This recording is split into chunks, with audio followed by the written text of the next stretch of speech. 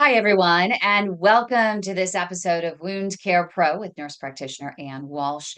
Today, we are diving into a topic that affects many of us as we age: rashes. We are going to talk about common skin conditions that become more prevalent as we get older, including shingles, cellulitis, vasculitis, even fungal infections. Nurse Practitioner Walsh will share her experience on identifying these rashes, understanding their risk factors, and discussing effective treatments and management strategies.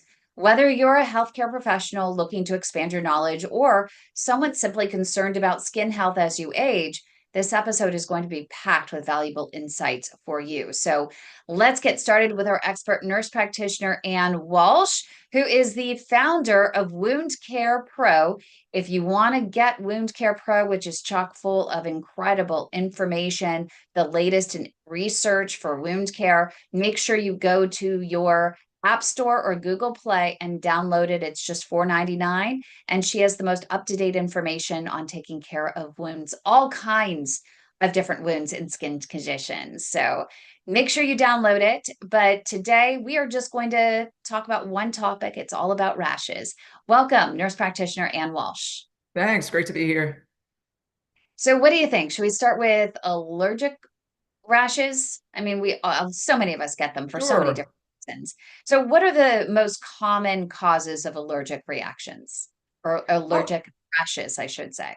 yeah, I mean, it could be on medications a person's taking. And it was interesting, actually, a relative of ours was taking an ACE inhibitor, which is for blood pressure or heart failure, for 15 years. And all of a sudden, he got what they call angioedema. That's a severe reaction where his whole face and neck swelled up. They sent the pictures, and you could hardly recognize him. And I was surprised that this could be something you're on for all those years and you could develop an allergy. So, sure enough, that's what they said. And they took him off it, and he's fine. Who's treated with steroids and that sort of thing. So that's sort of rare, I guess, but that class of medication is known for it. So it was high on the probabilities when he presented to the emergency room. But a lot of times we see, starting maybe an antibiotic or a new medication, one may break out an itchy rash or hives. So that's something we'll see. Or sometimes using even a wound dressing, you may see the shape of the dressing, see red marking all around that, the exact shape of the dressing. So you know it's contact dermatitis, a reaction to that dressing. Yeah, and you also have we have a lot of patients that are actually allergic to the patches you get like in the ECG. What do you call those sticky tabs, the material on there, and they end up with rashes following a procedure or a hospital Oh, stay. right. For the Where EKG. Yeah. The electrodes or whatever. Yeah, I've seen that as well. Absolutely. And even like a fentanyl patch we use sometimes for pain management, some patients get a reaction to that. Or if somebody's using an ostomy appliance, and I've had patients who are like, this is the only one that works for me. I want to keep using it. And then we'll use a steroid spray on the skin and then let them apply it. And usually that does the trick. So how can one distinguish an allergic rash from other types of skin reactions? Well, usually an allergic reaction, it's itchy. It happened. You look and say, have I tried any new soaps lately or new detergent or new medication? And if, that's you or new food, and then you may zero in and say, this is most likely an allergic reaction, especially if it's generalized. It's most likely what somebody ate or a new medication. Whereas again, if you're using a dressing and the area is itching and you take off the dressing and see where the adhesive is, like a square, all red, then you know that's a reaction to that specific new treatment, new medication or patch, like you were saying.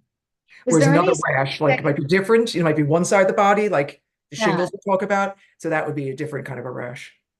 is there any specific characteristic in appearance that you would see with an allergic rash versus other types of rashes?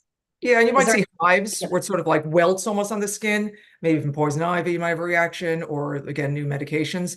And it's usually more generalized and itchy. If your leg rubs against poison ivy, it might be just localized to that area. But, and like I said, hives, or the person may have a generalized, just, redness, patches all over the body when they started a new medication or new lotions or new detergents or something like that. So, are there any specific risk factors that make someone more prone to allergic rashes? I know that that's a really loaded question. It depends on people, but you always notice that some people have more allergic reactions or allergic rashes than other people do. Like my Yeah, mom. Yeah. always had rashes to everything, but Oh, for wow. me, seem to have reactions like that all the time. Yeah, some people are just more sensitive and it could be, passed on like hereditary or something like that. And usually people have in their childhood might be allergic to nuts or shellfish. And if they take something, they're going to break out immediately. So they may have to carry an EpiPen or something along those lines. But, even as you age, sometimes things become more sensitive to them. People get eczema in their hands, the skin cracks when the cold weather even dries it out. They may be prone to that or just more sensitive to products. Sometimes we get Yeah. patients coming to us and there's a laundry list of their allergies. So some people are just more sensitive than others. And also probably higher inflammation as we age as well in our Yeah, body, which absolutely. that's a little bit more Absolutely. reactive.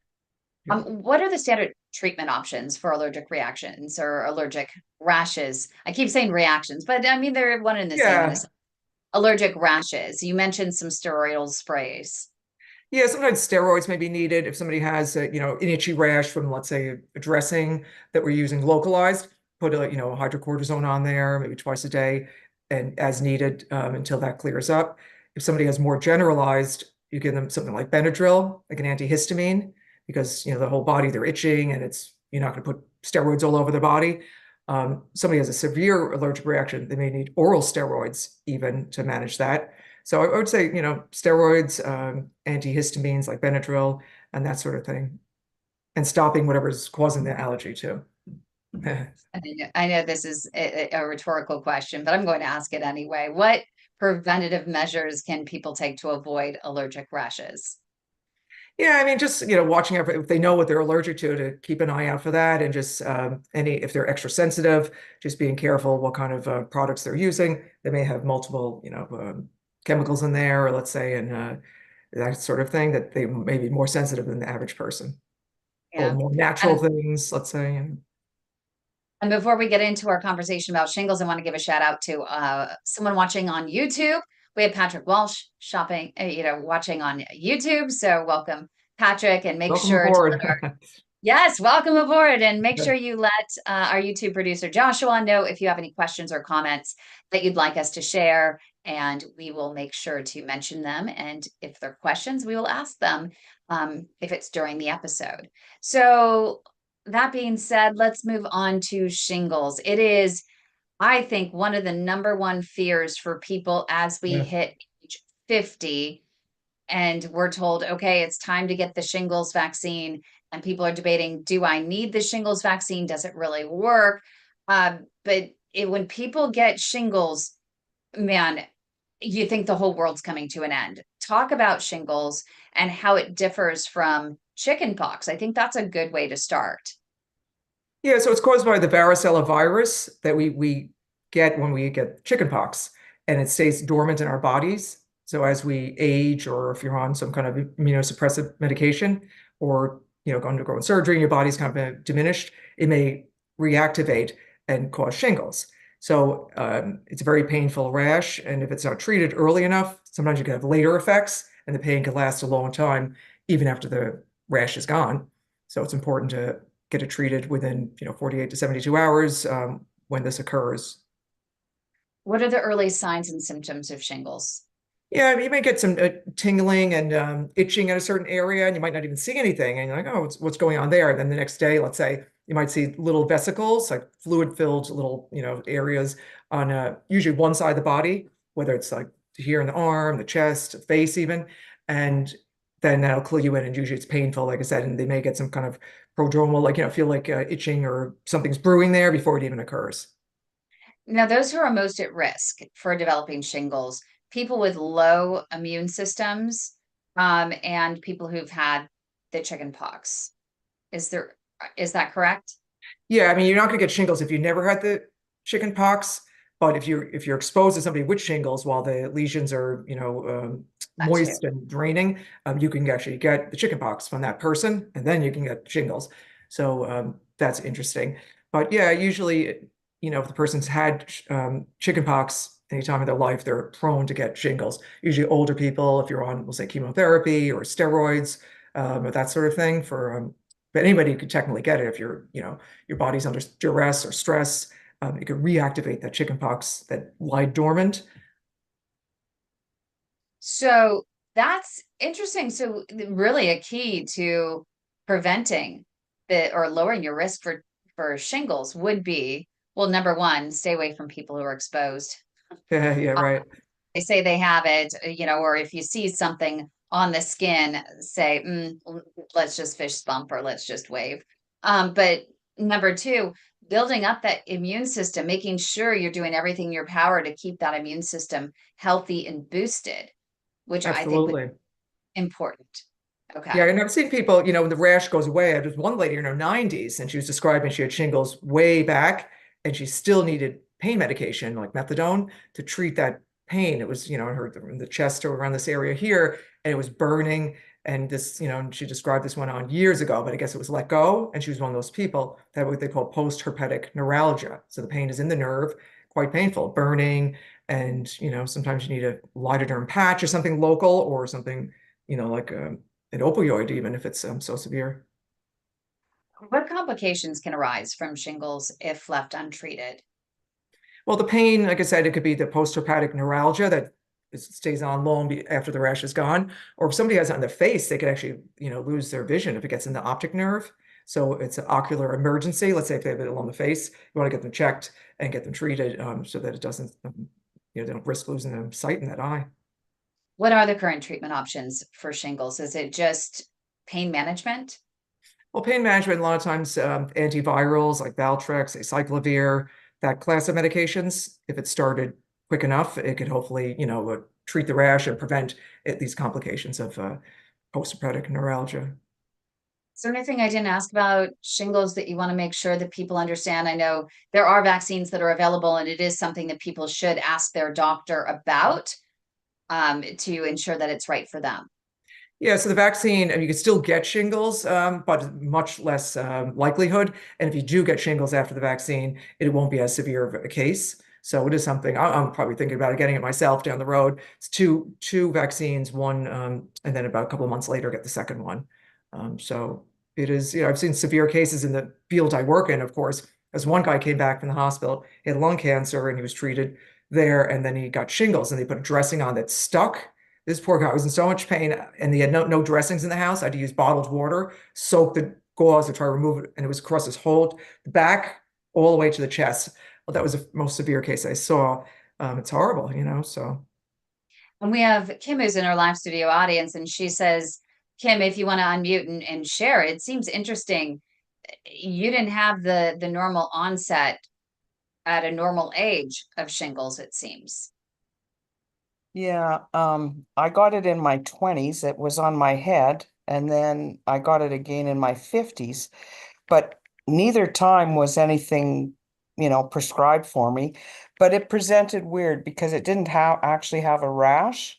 It was just like super, super tense, sensitive. Like I couldn't even wash my hair without going through the roof, right? uh, So yeah, I don't recommend it. And that lasted for months.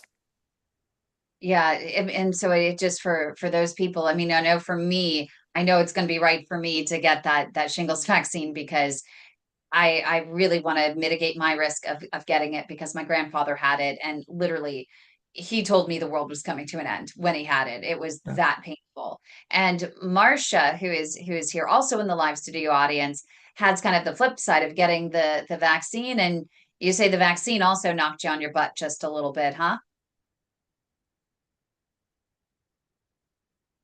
Yes, just really, really tired. Like I felt like I had, I don't know, mono or COVID or something. But it was about maybe 48 hours. It got better, after maybe 24, but I was pretty useless for 2 days. Was that the first injection? Because I've heard sometimes the second one is the worst, or Yes, it was. What happened is I turned 65 over the summer and had a new family doctor. And when I went, I think you're a fall risk, and I mean, and I'm really very active, but I guess that's how medicine works. So she ordered bone density, shingles vaccine, pneumonia vaccine, flu vaccine, see. just a whole battery of things, which I'm in the process of. So I went and got my first flu vaccine, which also wanted a COVID, but I didn't do that. But I got my pneumonia and first of shingles at the same time. So I don't know Yeah. if maybe it was a lot, just too much, but yeah, it knocked me on my butt. And I'm prepared next time. When I get my second shot, I just will make sure my calendar's a little more clear. Yeah, and I don't, I got the COVID shot and the flu shot one time last year, the same day. I would never do that again because it's like overtaxing your body, I think, getting too many at once, you know? Sure, sure. And I'll tell you a little horror story. And I know they tout it, and they have even commercials where you have two different colored Band-Aids that you get Right. on your arm. And it was interesting, especially for people that have cardiovascular disease. This is what my dad's cardiologist told him, is it's better to separate it, do one string of shots, let your body, handle that, and then get your others, because your body's already managing, your immune system's already pretty busy handling inflammation with your cardiovascular and other vascular diseases and any comorbidities that go, risk factors that go along with that you need to just space out other things that you're adding to your body. Not to say not to get them, but just space them out to give your body a chance to handle one at a time. My dad ended up having his LAD, the widowmaker, in his heart cleaned out, and he had his right coronary cleaned out in one procedure. He then went within 7 days. He got his COVID vaccine. Then he got his shingles vaccine, number one. Then he went and got his pneumonia vaccine. And then he went and got the COVID vaccine, the second one. And then he went and got his second shingles vaccine. And he was down for the count. I mean, literally down for the count. His immune system went haywire. It completely rebelled. He ended up with fluid around his heart, around his lungs, his inflammation, CRP was Oh, through the roof. And so the cardiologist said, well, I know it wasn't the procedure itself because I used intravascular ultrasound and I dotted my I's and crossed my T's, and there was nothing wrong with the procedure. It was that coupled with everything else yeah. that he Yeah. lined up. And so it was just too much on the body, and there can be too much of a good thing. So it's best to talk to your doctor about potentially spacing those out if you do have the luxury of doing so. Yeah, and if you have a reaction to something, they don't know what you had the reaction to if you're getting it all at once, so that's another thing as well. And I know one of the pharmacists told me that one almost cancels out some of the other one if you're getting them at the same time, that your body's competing. So that's interesting too. And Marcia, did you want to jump in again? Yes. I don't know if this is related to today's show. It kind of is, but it might be a show on its own. I don't know. But talking about rashes, so many people who have PAD talk about their legs itching, and including me, except for not anymore, because I think I have pretty good blood flow to my lower legs. But for like the last 15 years, my ankles itched so bad. My legs itched really bad, all the time. And I am highly allergic to a lot of things, contact. And I got attacked by hornets once. I think my whole, like histamine system is a little disturbed, but all that to say that once I really started exercising, and I did have interventions which failed, but once I started exercising and eating better, my itching is pretty much gone. Every once in a while when I get in a hot shower, it'll itch again. But I mean, it was uncontrollable to where I went to an allergist, and they finally diagnosed me with mast cell syndrome, which is basically when they can't decide what you have. And so that's kind of a fall all. And I don't think I have that at all. I think that I had bad blood flow and like not rotting skin because I've never had a wound, but my skin was upset because I wasn't Yeah, wow. blood. But anyway, that could be a whole nother show. But I wanted to mention that because so many PAD patients ask about itchy legs.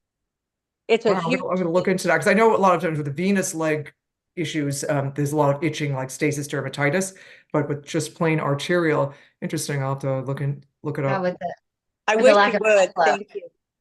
Because it's interesting. I mean, if you do have a lack of blood flow, it's not just your arteries, it's your muscles, it's your nerves, and it's your tissue. as well. And it could include your skin. I mean, if you have lack of blood flow down to your ankles to your feet, you could imagine that everything's kind of stirred up and saying, ah, hello, I need some blood flow, because it feeds those capillaries that feed the skin, correct? Absolutely. And the dry skin most likely as well. Yeah. And another issue that people always, talk about who have PAD is cellulitis. Cellulitis is a really big topic in our group.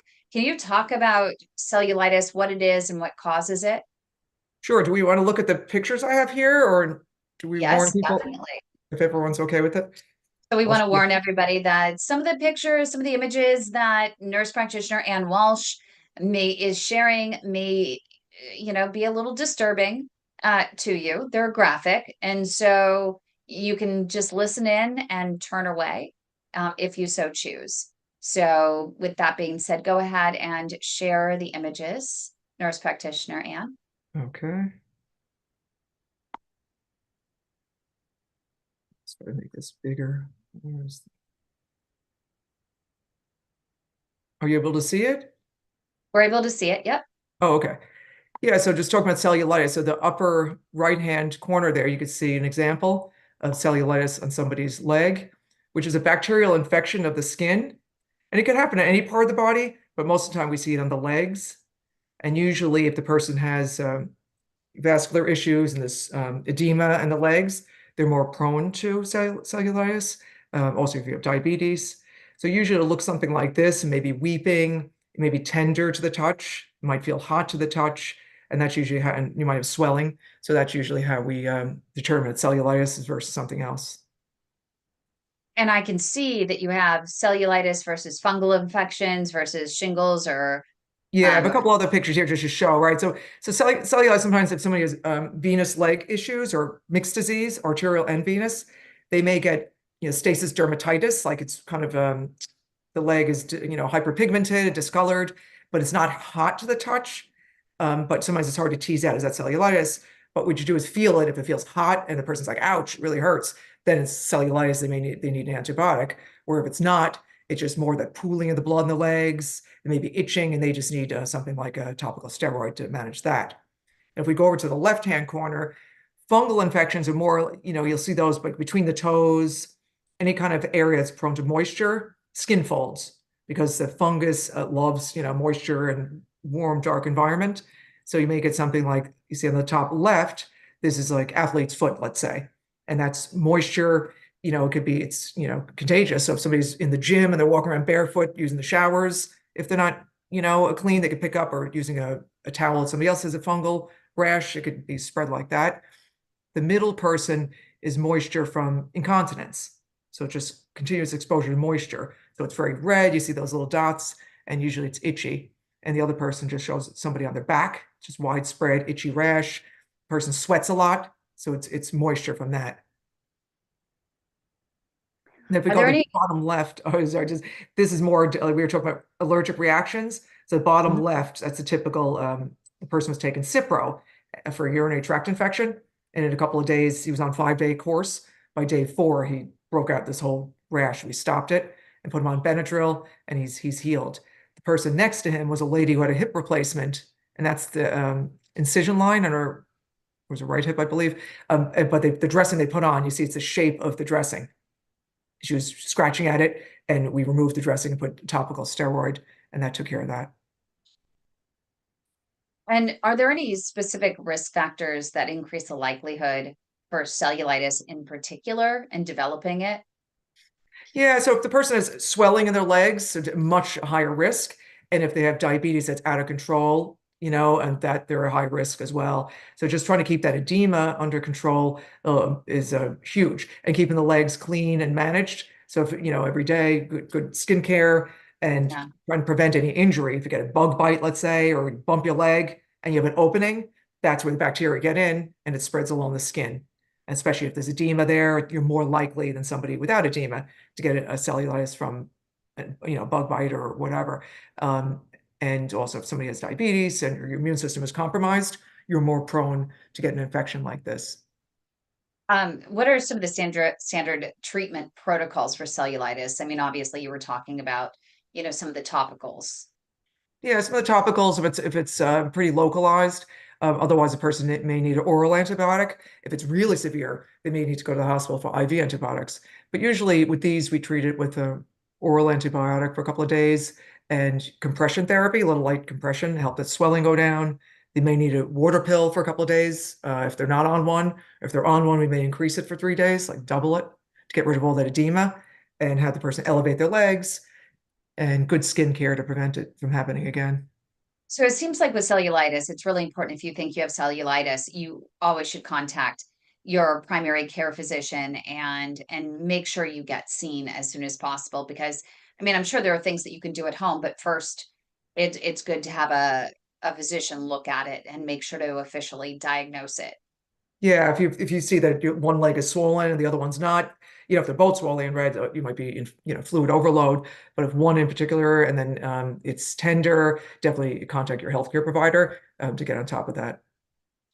Are there any preventative measures that can be taken to reduce the risk of cellulitis, especially for those at higher risk? I would imagine, you were mentioning, if you do have swelling in the legs, a lot of edema, people with peripheral artery disease, chronic venous insufficiency, heart disease would all be, I would imagine, at higher risk for cellulitis. Yeah, so trying to, stick with your medication regimen to try to keep the fluid under control and your hypertension under control and diabetes and good skin care and just, preventative measures, if you're out, hiking or something like that, you don't want anything like, scratching the leg and having an open wound. If there's pets in the house, that kind of thing, a open area, will set the stage for a risk for cellulitis. So you want to treat, if you do get a wound, treat it in local wound care to prevent it from spreading to cellulitis. And I know we're not going to go into details on this one, but we hear all the time people mixing up cellulitis and vasculitis just probably because it's an itis. What is vasculitis and how does it affect the skin? Yeah, so vasculitis is more rare. There's so many, forms of it, and it's really inflammation of the blood vessels. It could be triggered by so many different things, underlying disease process. It could be triggered by medication even. And just you could have these lesions on the legs that may be necrotic or just, purple color or just unusual looking, and they could be very painful. So something like that occurs, you want to seek your healthcare provider. You might need a dermatologist and other blood workup to make sure, because it might not just be the skin that's affected by the vasculitis, it could be the heart, the kidneys. So they may want to work up to see what's causing this and put you on steroids to stop the inflammation. We have a question coming in from Heinz. Heinz, go ahead and unmute and ask our Wound Care Pro founder and nurse practitioner, Anne Walsh, your question. Hi, Nurse Anne. Hi there. Mine's more of a comment. Years ago, I had cancer, radiation therapy in my right leg. And a year later, I had a virus, strep throat. And all of a sudden, that area of my leg turned bright red. So they diagnosed it as cellulitis, erysipelas, or cellulitis. I don't remember what it was. But yeah, they stuck me in a hospital for 10 days IV. Oh, that's no fun. Yeah, it was 40 some years ago. I'm sure a lot of that has changed how they treat it, but it was no fun, and it was bright red. It found the weakest spot in my body, and that it just attacked it, and it was from strep throat. Unbelievable. Wow. Yeah, that's no fun. I'm glad you got through it and you're here with us today, Heinz. Thank you.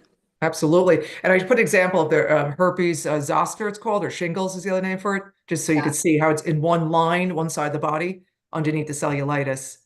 And I was going to mention this other one we hadn't spoke about, but it's called bullous pemphigoid. So sometimes we see these, it's just these blisters that open up on the body, and it just mostly happens as people age, and they often need steroids as well to stop that. It's like an autoimmune thing that just, kicks in. It could be caused by medications or just sometimes we don't know what triggered it. Wow, that's just no fun. I mean, because if you don't know what triggers it, aside from medications, then how do you prevent it? I mean, the only thing that we can talk about, and it seems to be the commonality across all of these, is you need to work on boosting your immune system. You need to work on eating the rainbow of foods, wholesome foods. Shop the perimeter of the supermarket, not the center of the supermarket, as our nurse practitioner Deidre Arms always says in our desire wellness segments. But really important, right? It's the immune system, the immune system, the immune system. Absolutely. Yeah. Once that's compromised, anything can happen. And that is definitely something that you need to talk to your doctor. So if you are on any sort of immunosuppressant medications, you need to talk about, hey, how do I mitigate my risks for any other condition, whether it's infections, rashes, whatever it might be, even the viruses, being on this medication. And it's definitely an important conversation to have with your physician. I want to move Absolutely. on to, because you showed on that graphic as well, fungal rashes. Let's talk about the most common types of fungal rashes. Do we want the pictures back up or we're good? Oh, I would love to see. Let's bring up the picture. Love those pictures. Yeah, fungal rashes. Let's see. Is it still there or? Nope. Oh, okay. Let's share again. Leave the glasses on.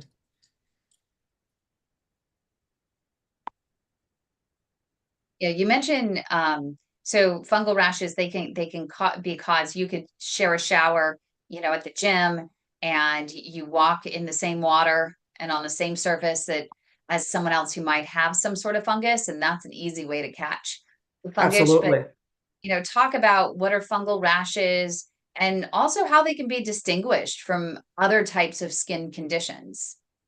Yeah, so usually you can see between the toes here, any place like a dark, moist environment. And if the person's sugar is high, they're more prone. So you really want to keep good foot care. And when you clean the feet daily and moisturize, not between the toes, because you want that to be kept dry. And yeah, you could pick it up from, even if you're same socks, if you have a fungal infection, make sure you wash those socks and put the same ones back on, then you can reinfect yourself. And, if you're in a place walking around, make sure you're wearing a protective footwear, so you're not just walking in an area that may be a common area in the gym, let's say, for example, you may pick it up from somebody else that has this. So just keeping, good skincare and prevention measures. We even see ringworm. It also can be picked up. It's a fungal and it's usually round. So that's how we distinguish that from other types of fungal rashes. But we see it all the time. It could be under the arms, under the breasts, the groin area, anywhere it's moisture that isn't managed.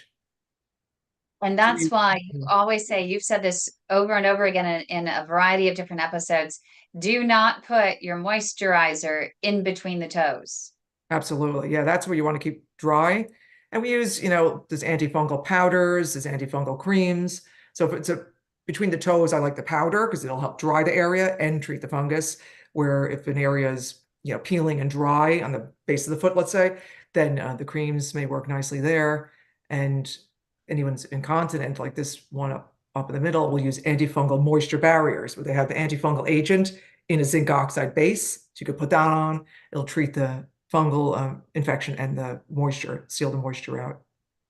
And I want to reiterate something that you had said in regards to people with diabetes. It's really important to keep your diabetes under control, or get it under control and then keep it under control, because these fungus love the sweetness, correct? They Absolutely, yeah. feed on that sugar. It just oozes, in a sense, out of your skin. Absolutely.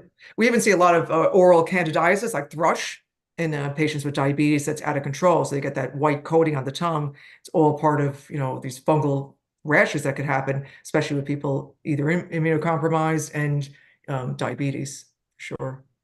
So just summarize the typical symptoms and appearance of fungal rashes. So usually in the skin folds, and a lot of times it could be itchy. That's usually a key hallmark. We'll see patients like scratching the area, and again, an area exposed to moisture. That's a typical thing. So we see it a lot. And sometimes you end up having to use an oral antifungal agent too if it's resistant to the treatment just topically. But usually area exposed to moisture and itching. And you were mentioning some creams, but can you just go over again the standard treatment options for fungal rashes, both topical and oral? Yeah, so we use a lot of powders like nystatin powder, miconazole powder, and there's clotrimazole. There's all these different powders because some may be resistant to the nystatin, and then we try these other ones and they work nicely. And there's different creams, the nystatin cream instead of the powder form, and clotrimazole as a cream. And and then again, if somebody's area, if it's not athlete's foot and the area is very itchy, there's combination antifungal and steroid creams that work very nicely for those situations. It helps treat the inflammation of the fungal and also that itch, and treats the fungal rash itself. But if it's athlete's foot, we don't want to add that steroid because it's feeding the fungus. Like in those types of fungal infections, or the steroid will actually make it worse in athlete's foot. A prevention tactic: stick your shoes in the freezer. Yeah, there you go. Yeah, just keeping the feet clean and dry, good breathable socks and breathable shoes. If you're wearing something that's I guess leather or whatever, and you're not getting that aeration, then you're more prone as well. Or a tight shoe where the toes are like crammed together, there's no air circulating through. That's contributing to the issue as well. And if you get these fungal infections or fungal, toenails, then that could set the stage for cellulitis, because now you have a break in the skin. So on top of that, you can get bacterial infection. So it's important for that reason too. So how long does it take typically for fungal rashes to clear up with proper treatment? Usually in a few days, we'll see it improving. We do have a couple of patients lately that wasn't healing as quick as we're normally used to. So we switch them and we add in oral agents on. So sometimes there are those ones that's hard to, treat, but mostly in a few days, you'll see an improvement. I know one of our patients, it just has had reoccurring fungus in the big toenail, and it just doesn't go away. What do you do when that toenail is it's just all consumed?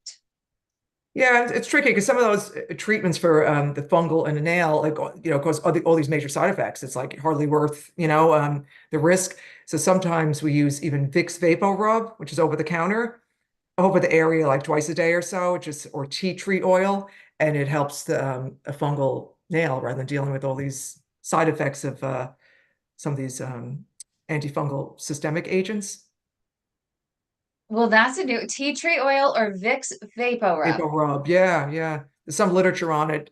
So a few of our patients where a person could be 100 years of age and the daughter's like, I want to do something about this toenail. Like, here you go. We sent it over, and they're very happy. Oh, wow. Okay, that's Yeah. new, and I'm gonna definitely tell Yeah. him to talk to his doctor about trying that, because that I've never heard Allergies that one. kicking in. Interesting. Yeah. I would love if you could I'd love to see some of the publications on that. That would be really interesting. I always wonder in some of those instances how they discovered that a product like that that's used for your nose could be useful for fungus on your foot.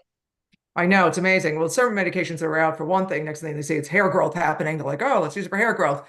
And we even use the Afrin nasal spray for bleeding wounds. So like, because it's vasoconstricting when you have allergies. So we use it to a bleeding malignant wound, let's say, to constrict the tissue and stop the bleeding. So just sometimes off-label uses, but it's worth trying sometimes if there's no other options. Yeah.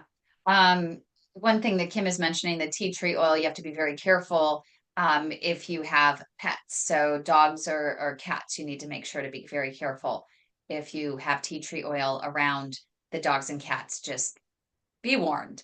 Oh, good to know. Yeah. Yeah. So, how do you approach diagnosing all of these different types of rashes in a clinical setting? Is it just by Yeah, just by eye most of the time, because we'll see a rash like the person here with the shingles, and the family will call the patient themselves and say, "Oh my God, this thing just erupted. It's so painful." Then we see it's on one side of the body, and pretty much we're like, "Bingo!" And we'll send an antiviral, and we see them responding to it. With the cellulitis, again, we'll like, if it's over the phone, they send a picture. Is it hot to the touch? Tender? Yes. Okay, and then we'll treat it with an antibiotic. These blisters are just, it could be anything, but most of the time, see these large, they're not like regular small blisters. Most likely, we figure it's a bullous pemphigoid, and we treat with topical steroid, and we usually see it responding rather nicely. Or they may have had it years before, and they know themselves it's back, and the fungal rash is usually pretty obvious because between the toes and under the arms, or those areas. So we right away jump to that has to be fungal. Anything exposed to moisture. Are rashes a popular topic for researchers? Any emerging research or treatments or developments that you've been seeing? Because I know with Wound Care Pro, you're really up on what's new, what's next, especially when it comes to research of anything wound care related. Yeah, I mean, they're always coming out with stuff like, like I said, we're using nystatin powder, and that seems to, some of the fungal rashes are resistant to that. So there's new ones coming up. And then with allergies, I've been seeing on the TV about kids who have allergies. They have a medication they can give them so they don't go into anaphylaxis. So if they pick up, peanuts by accident or something like that. So there's always something coming on, and there's like all these biological treatments for psoriasis and all these things. There's so many different rashes that you need something to suppress the immune system's attacking itself. So there's always new treatments coming out. So that's exciting. And shingles with the vaccination, that's great. That wasn't available years ago. So that's something to help with that, which is a great thing. It's interesting. Kim is actually asking a question right here in the live studio audience about whether the herpes vaccine and the shingles vaccine are the same thing. Yeah, it's just herpes zoster is the name for shingles. It's just the other name for it. So the same thing. Yeah. And Heinz has another question. Heinz, go ahead and unmute and ask Nurse Practitioner Anne your question.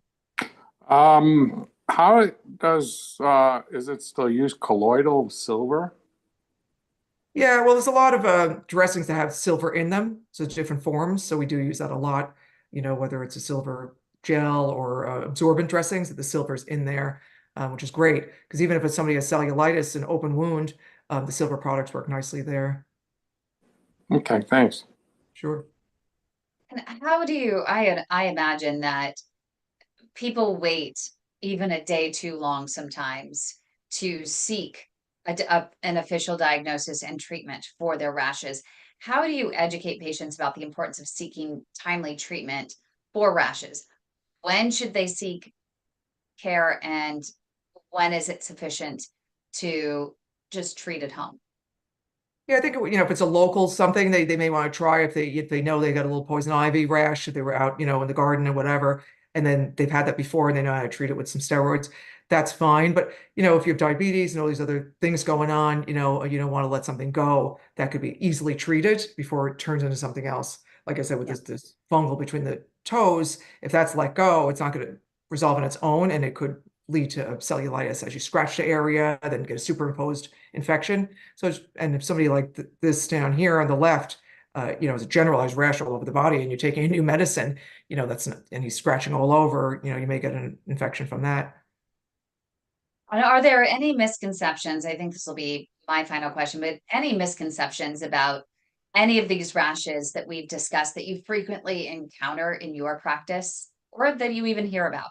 Yeah, I think with the cellulitis, oftentimes people automatically think it's cellulitis when it's a stasis dermatitis that we see quite often, with the legs are swollen and, everyone's running for an antibiotic. But if it's not hot and tender to the touch, it's not necessarily cellulitis. So we just, to teach them meticulous skincare, keep the skin clean, keep an eye on it, and elevate the legs. Let's get some compression therapy going. Maybe the diuretics, water pills need to be adjusted, and monitor the situation. But I think a lot of people automatically assume it's cellulitis when they see anything with the leg. Well, thank you, Nurse Practitioner Anne Walsh, the founder of Wound Care Pro. Make sure, if you have more questions about rashes or any other wounds, download the Wound Care Pro app from the App Store or Google Play, and you can get all the up-to-date information about wound care. Also, join us every single week right here on Wound Care Pro with Nurse Practitioner Anne Walsh.